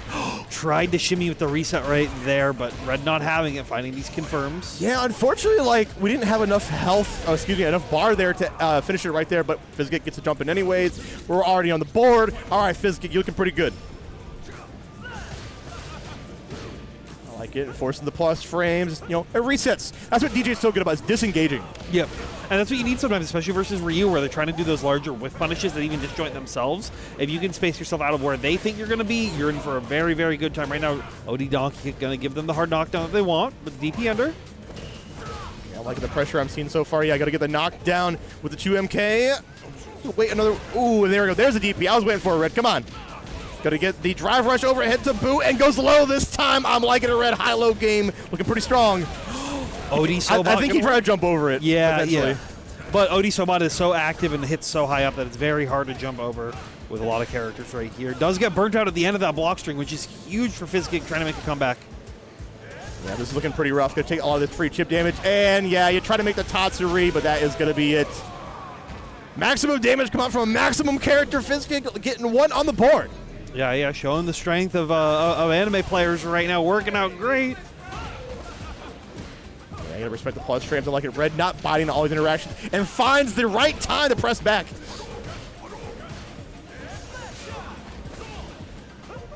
Yep, disengage one more time. Gonna be swaying through. I like it. Red stops as soon as he says that DJ's getting in the mid range. Yeah. See, shimming it out right now. Both players trying to find this big opening to really push forward in this game, but the jump in attempt is going to get DP'd by Red.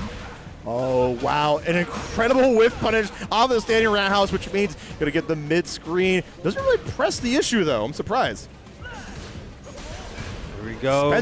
You better hope that drive impact is going to work out for you. Yeah, it might be your last. It might be, actually. Yeah, level 2 built up as well at the end of this. Not able to convert into it, though, with that under.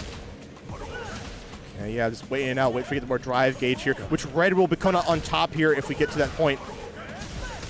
And now you see even Fizzgate trying to use those feint, the feint this slicers. is so scary. Yeah, you just get outpaced by the heavy slicer at the end there. And it's unfortunate because Red almost had full drive gauge again. Yeah, and I think Fizzgate realized that, like, okay, I've got to start keeping that tempo to change because as soon as that drive gauge is back, it's a bad situation for me, and they're not allowing that to happen again right now. Good blocks from Red, though, this time, getting only traded out there. No overheads connecting so far. Yeah, I'm seeing a lot of like pump fakes with these whiff jabs from Red too, trying to bait out something from Fizzgate, but Fizzgate is just one step ahead. You thought you can get the punish, but unfortunately a flub on Fizzgate's side, giving credence for Red to push right back in. Okay, yeah, I can see they're doing like these shallow jumps too, just to bait out the up kicks. Really trying to find these like committal things, but Fizzgate has been very patient with those Sobots, only using them when they can almost guarantee that they're going to hit. Speaking of committal, Tabby, there it is. Yeah, I think was looking for that donkey kick to try to go under, but it's not going to work out just yet. Hits him with the feint, so we get a nice throw set. Only one more interaction that Fizzgate really needs to take this round. Yeah, you don't have to commit too hard here. You have a lot of health, but you are low on drive gauge, which means DI is going to be a little more susceptible, especially since DJ doesn't have very many cancelable buttons. There it is, the walk under. Crouching jab does connect, but no big commit right now. This is so scary for Fizzgate. Yeah, you're back to the corner. They're sitting there it is. The reaction. You know what? You don't even need the perfect timing. Fizzgate going to be coming out there over Red. Yeah, level 2, one of the most invincible things in the game. It beats level 3s. Like, it's actually insane. Yeah. That's it. Oh, we're only best of 3 up until finals where we're best of 5, if I'm correct. I just got... Top 8 is all 3 out of 5. Top 8's all 3 out of 5. Okay. We got the hard confirmed there. Yeah, so once we get top 8, we'll be best 3 out of 5. That's CPT rules, right? Yeah, it's pretty standard. Pretty standard. Man, shouts to Fizzgig there, taking it pretty convincingly. Someone I expect to go pretty far. But yeah, but shouts to like players just playing multiple different games and doing well on them too. Yeah, and that's the thing I love to see. Is people not just it's people who are fighting games players, not fighting gameplay. They're all inners. Yeah. That's what I like to call. Like I think we're both all inners. We love to try out Yeah. many different games, and I think that I think I talked about it earlier. It would behoove you just to at least try it out. You never know what you're missing. Yeah, you never know, because like I definitely know some people who have like tried out other games. Even if you're not a Street Fighter player and you're watching this and you're like, oh, this game looks kind of cool, or man, that DJ character looks really funny. Try it out. He's a funny Press a couple buttons. Do a couple things. See what you like. Even if you don't end up sticking with it, you're gonna have learned something from it. Yes. And then you'll be able to translate that back into whatever you like doing. Yeah, whether you like the game or you figured out what you don't like. Yep. Right? I think both are great in their own right. Speaking of funny characters, though, we got Reggie coming back on here with the Blanca, and of course K-pop Hawani with the legendary Kimberly. Haven't seen too much of this matchup because, granted, there's only a handful of Blancas, and Kimberly has one of the lowest representation next to Manon. Yeah. So we'll see how it kind of pans out too. Talk about mobility. So let's see how it kind of pans out. Oh, can we get the hydration? No. Chad. No, I don't need that. No. Oh. I was trying to not. Names are swapped. Oh, names are swapped. Good call. I was trying to say that. I thought you wanted some drink. No, I was trying to be like, Chad, please look, the names are swapped. I was trying not to communicate that. All right, well, no more confusion here. Stay hydrated at home, folks. Yeah, definitely do that. It's getting hot. Spring's coming. Sun's out. Don't IRL burn out. Come on. No. Yeah, it's so difficult to play against a player like K-pop and already pressing the advantage and already baiting out the reversal option. Doesn't get the full conversion, but a great jump in for Reggie at the same time. Okay, oh, no, just disengage.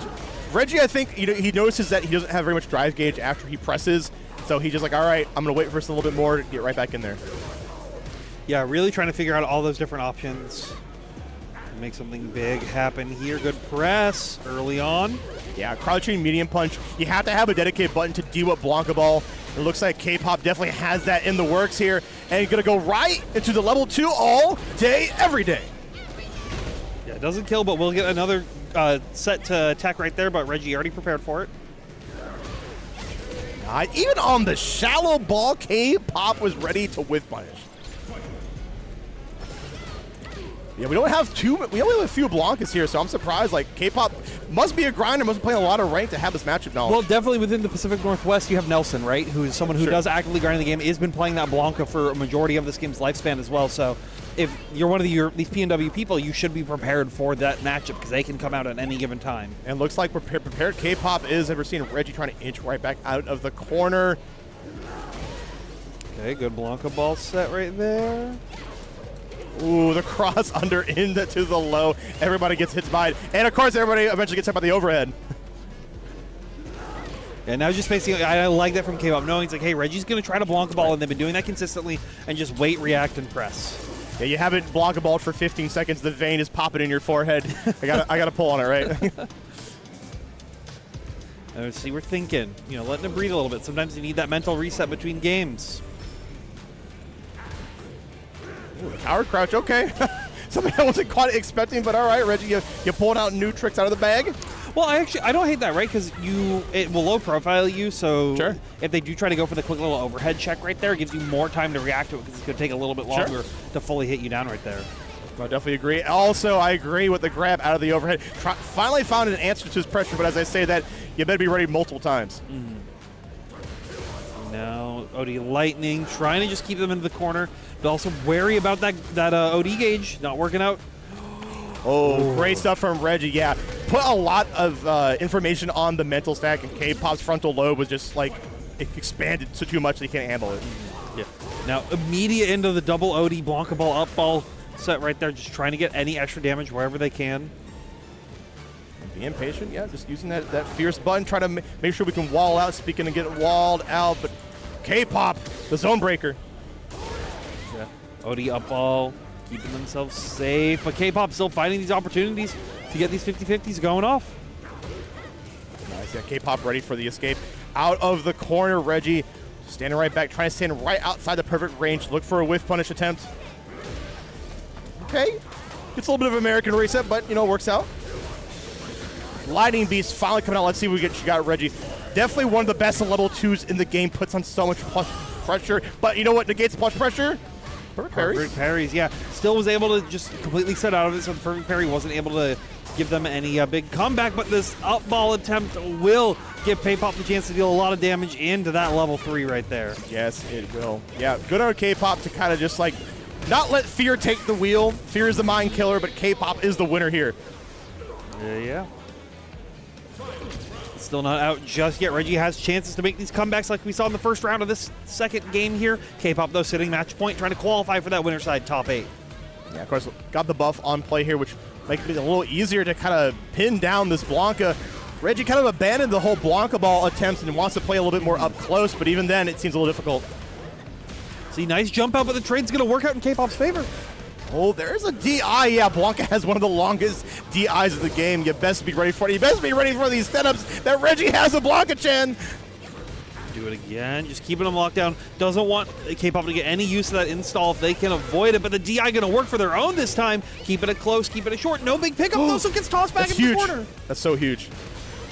But you weren't ready for the overhead, too. Yeah, if Reggie was a little bit more cognizant of the jump out, it's easier said than done. Yep. But shouts to K-Pop taking it over Reggie there. Looking pretty competitive throughout the whole game, too. Nothing to really sneeze at. Yeah, definitely was like, it could have literally, up until that last hit, was going to go either way. Right. So excellent stuff for both of them. We'll see Reggie still on the loser side, trying to qual into top 8, as they will be playing. We're getting down to the wire here, almost. Yeah. Getting close to the end of forming our complete top 8 here at Washington State Gaming Expo. Yeah, so we look at the bracket here. We do have Reggie will have to play Nocturnal to qualify in.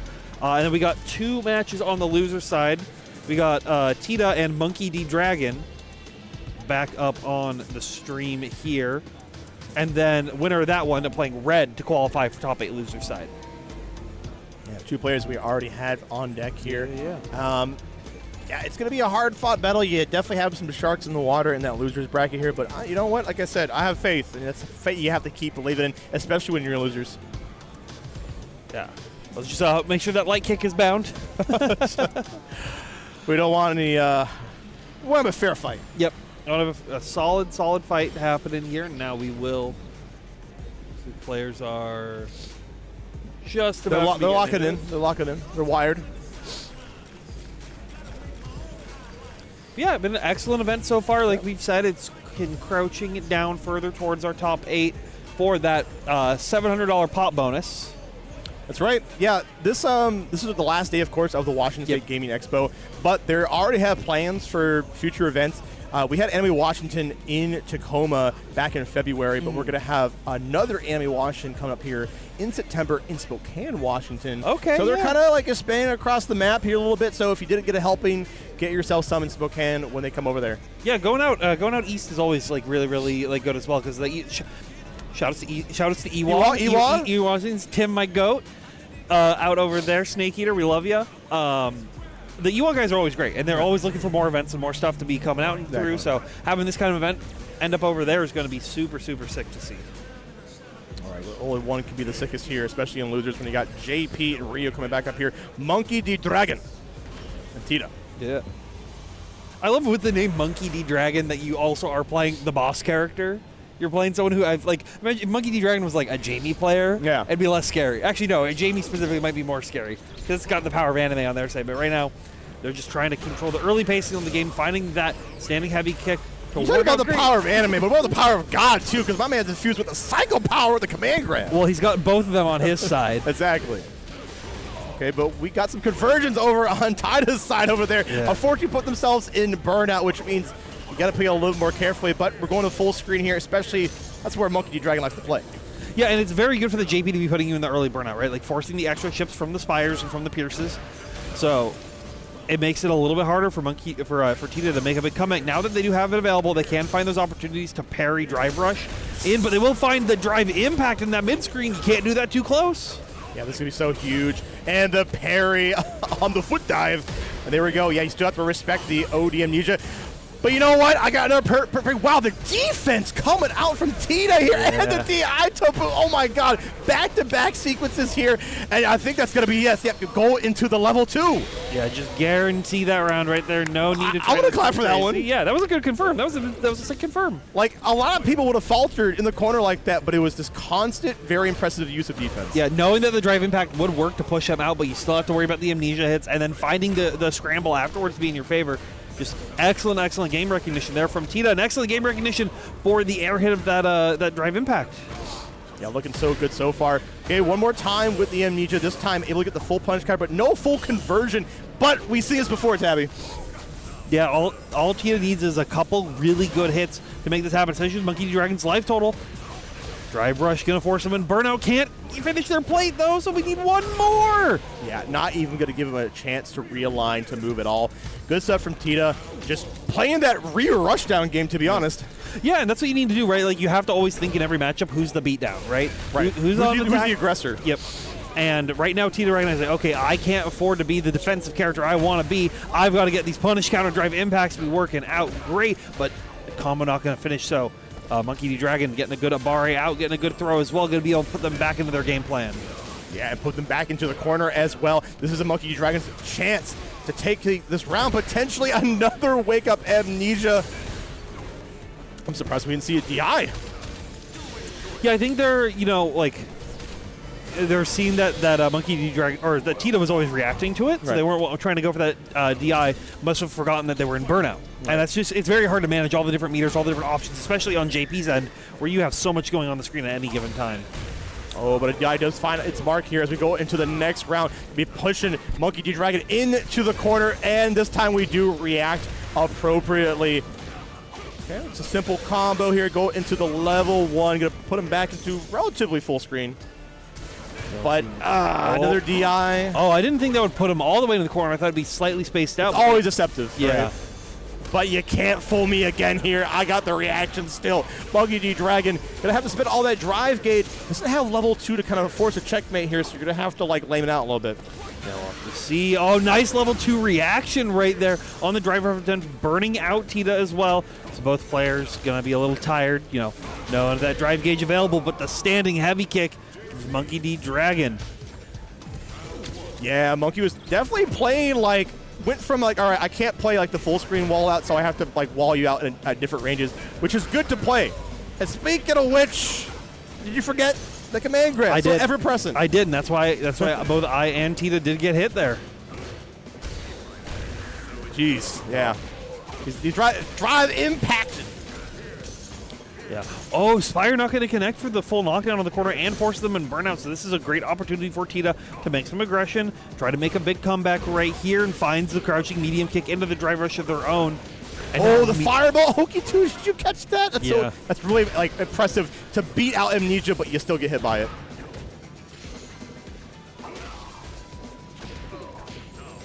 Okay, portal up. Yeah, a lot of respect has to be had here, considering the difference in health and drive gauge resources. Oh, donkey kick not going to work right there. That's Dragon taking another point, sitting one step closer to ending, Tita's tournament life. And we're seeing that Tita's doing a good job of just walking down Monkey 2 because Monkey's willing to just jump backwards. All right, you know what? The full screen command grab ain't going to get me this time. Yeah, but it's good to know that they're worried about it. Mm-hmm. And so keeping that on the mental stack is going to just constantly have Tita be second-guessing every single decision that's being made right there. Nice crouching jab confirm right there, but a level 2 going to get me out. Yeah, have to be cognizant of the wake-up game tier. I love just all right, we're going to stand off here with the pillar. But you're fine. The longer these standoffs go for Tita, it's better because that life total is still higher. They're more than willing to wait and stand still for 60 seconds to get that clock going down to their favor. Yeah, I'm surprised we're not forcing any issues with the chip game here, but we are going to force it here with the level 2. And yeah, when you're in burnout, you just have to be better on the defense side. And unfortunately, you weren't. So Monkey's going to be taking it over Tita there. Yep, and that's Monkey going to be moving on forward to fight Red in that top 8 quals. Yeah, only 2 more matches here in our second pools for the qualifiers for our top 8 here at Washington State Gaming Expo. Of course, once again, shouts to TRC. You see Chad in the background doing business here. Set up the brackets. We, of course, got Blanket Man over there helping the brackets as well. Xavier, you got Red Tag. You know, the whole crew is here. We got all the Warriors coming out. World Warriors, right. All the World Warriors. If you guys like the events you see here and you want to see more TRC action, they definitely will be hosting at other events. But, of course, there is the Retro Collection host in Olympia. Yes. Weekly for a bunch of different events, too. If there's a game that exists, it's most likely going to be there. And, of course, we got another TRC rep come up here. We got Xavier come up on deck. Yeah, putting in the good work right now, trying to make it through this whole bracket. Wants that top 8 qual, right? Wants to try to eke in to that last slot in this event. But they're going to have to fight a tough opponent to get through it. Yeah, they definitely are. So Nocturnal usually plays Cammy, but I'm curious if we're going to be sticking with that or not. Cammy, a definitely good character, one of the best characters in the game, of course, and I think one day able to keep up with Blanca. But, you know, that's all on paper here. We'll see what's set in stone. Yeah. I think the big thing is, like, on paper, you look at it and you go, oh, yeah, this is probably fine. But it's how these players are going to interact with each other is the biggest thing. Yeah, they are the pilots. Let's see who navigates a little bit better here. Of course, going to make sure the pads are... Let's go! Let's go! Woo!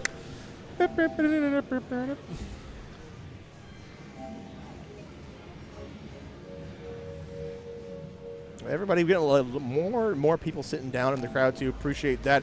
It's been a long day, especially here at the Gaming Expo. So, you know, you got your snacks up in the front. You know, you get the brick. If you guys know what the brick is, it's that big thing of curly fries that every fair has, right? That you think that you can do it, and you get halfway through, and like, oh, I've made a grave mistake. I keep telling you, if you're gonna get that, you have to share it with somebody else. It's like the definition of insanity. Like, I'm just going to try again because I think I can. Trust me, I can probably get through 2/3 of that, but that last third, I'm going to look at that and I'm going to go, oh, I don't feel so good. I feel so good, Mr. Star. Fading away. Yeah. But only one person can stay here. One person has to fade away because this is the losers, of course. Reggie bringing back out the tried and true Honda. Yeah. Nocturnal going to be going with Ken this time. No more Cammy action. So, new faces up on the stage. Yeah, but that's always good to see some more character representation. We already saw Chad's Ken once. We'll have to see if Nocturnal's Ken can act a little differently. Right now, Reggie getting the power of the sun to power up those underhand slaps. Yeah, and that conversion's going to give you a lot more extensions off the Honda hands if you're able to find it right now. Headbutt's doing just fine. I can only imagine that Nocturnal must have gotten advice from Chad. He's like, dude, just pick Ken. Just do it. Just footsies your way in. You see standing heavy punch trading. It's one of Ken's strong footsie tool buttons. A great opener for them as well. Had the ability to make that jump and work, but can't get anything to connect. But they will get the throw to knock them down. Okay, you're going to be playing Honda's game now to burn out one of the scariest situations. Oh, but a late DP going to save you one more time. Almost got level 2 on deck. The confidence of walking up. Yeah, well, I mean, so a big thing with the Honda is that you have to be ready to perfect parry everything he does to be able to fully get those right punishes. And if you don't have drive meter, that's going to just give Reggie all the time in the world to do all these butt slams, all these Totsugekis. Yeah, the sumo Totsugekis, yeah. This character has some of the biggest knowledge checks in the game, and you have to be willing to represent parry. Even if you don't get the perfect one, you're still up in the drive gauge because you do not want to be in burnout. And you also have to be careful because butt slam is plus, but also we're getting a nice conversion here into level 3 on Reggie's side, and that is definitely going to be it. We'll be taking game 1. Yeah. The Ring of Fire. Quick and clean. Oh, score! See, it'd be interesting. Does Nocturnal want to stick with the Ken? Do they want to go back to something a little bit more tried and true? No, they want to mash that rematch button, get in as quickly as possible, get butt slammed early on by Reggie. Now Reggie just keeping the pressure up. You can see how much drive gate's already been taken away because Nocturnal hasn't represented anything mechanic-wise. Yeah. Oh, nice jumping clip. Not going to make anything big happen right here. Very dangerously scary on the drive gate, and we're already burned out. But we betted it all on a wish to get the drive impact and the side switch. Chance for Nocturnal here? Oh, this is big right now. Trying to find these openings, but a good Abare out. Ooh, I think that's supposed to be a fireball, not a light DP, and Nocturnal would have almost had a chance, but Nocturnal staying solid until that ODDP. Just a double chop there for good measure. Reggie potentially on game point here to make it in the top 8. Yeah, all I do is hit him with the chop chop. Chop chop. All right, come on, Turtle. I know we're on Twitch.tv, but we're not on the Sumo channel right now. But Reggie playing like he is. Got already Dark Turtle in the corner. Yeah, change that Twitch category. We're on sports and wrestling. We're not on Street Fighter 6 anymore. But we are finding those good early close heavy confirms. Nice OD. That's a pretty big bet, though. Like, is it worth it? Because now you're in burnout. Yeah, we'll have to see. You're getting clipped out by the early headbutts again and again and again. One more. Do it again. Level 3? Oh, yeah. I thought he was going to turn just in time, but you got no more time left. Reggie taking it pretty convincingly over Nocturne. Going to get into top 8 here at Washington State Gaming Expo. Yeah. And we only have one match left before our top 8. Only one more. Uno mas. Then we move on to the grandstand here. Thank you guys for tuning in. Hold it down for the poll. Actually, I know that you want to get into this top 8, but, you know, give some love to the channel. Of course, TRC is hosting on the channel. And, you know, come out next time versus Game Expo. If you missed it this time, definitely stop next time. Yep. Make sure to, stay tuned. Follow all their socials. Check the website out. I think they got a mail list on there, even if you prefer email mail lists. Yeah. Honestly, high key, shout outs to mail lists. I get so many people have started just making email mail lists now, and it is so much easier to keep track of everything just in one nice, tight package. Like the Evo mail list, are you on that? The Evo mail list? The Evo mail list? Yeah, it's great. It's fantastic. When's the when we're going back to door to door? When's the FGC witness like door to door happening? No. Can I interest you in footsies or fundamentals? You got time to talk about Jesus instead of selling knives and health and death insurance. It's you're selling Street Fighter and anime door to door. Yeah, right. Take your pick. Yeah, I could be your Angle or your Devil. All right. Well, our last match, of course, is going to be between Red and Monkey D. Dragon. You just saw Monkey D. Dragon be up on the stage. Get a lot of showtime here. And so let's see if it's going to be the last show or would it be getting into that top 8. Now, Red, of course, is going to be a hard bout, very seasoned player, of course. Yeah, it'll be interesting because we've seen Monkey D. Dragon I think we've seen them go through the gauntlet of different kinds of players, right? And Red is someone who can very quickly shift their game plan to sort of fit what the opponent is trying to do to play against it. But I don't know if they can Red is someone who's willing to I don't know if Monkey can adapt to Red is what I'm trying to say here, right? We'll kind of find out, a lot of expectations kind of come into, before getting in the top 8, so you have to keep those expectations tempered. You have to play against the players themselves. So far, my man Monkey is swinging, and Red is counterattacking. Going nice OD Amnesia, but Red just going to block it out. Nothing too scary coming through as they don't have the bar to start trying to make anything crazy. Nice jump out and punish on the OD command grab. And I think that's a big thing. Monkey D. Dragon has been having those OD command grabs work out great versus a lot of people, but Red is prepared for those and prepared for these hit confirms. Ending it with no drive gauge, because who needs that when you have a round win?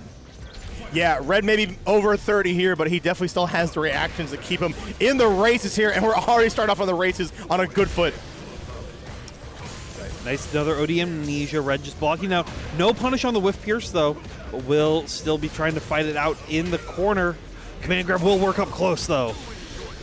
Okay, another Rollo 2. We've been seeing Monkey do a lot of these Rollo 2s, although Red had a good first start of blocking it, too, so we're seeing some inner workings there. Yeah, Red didn't have enough drive gauge to actually activate the parry and maintain not being in burnout.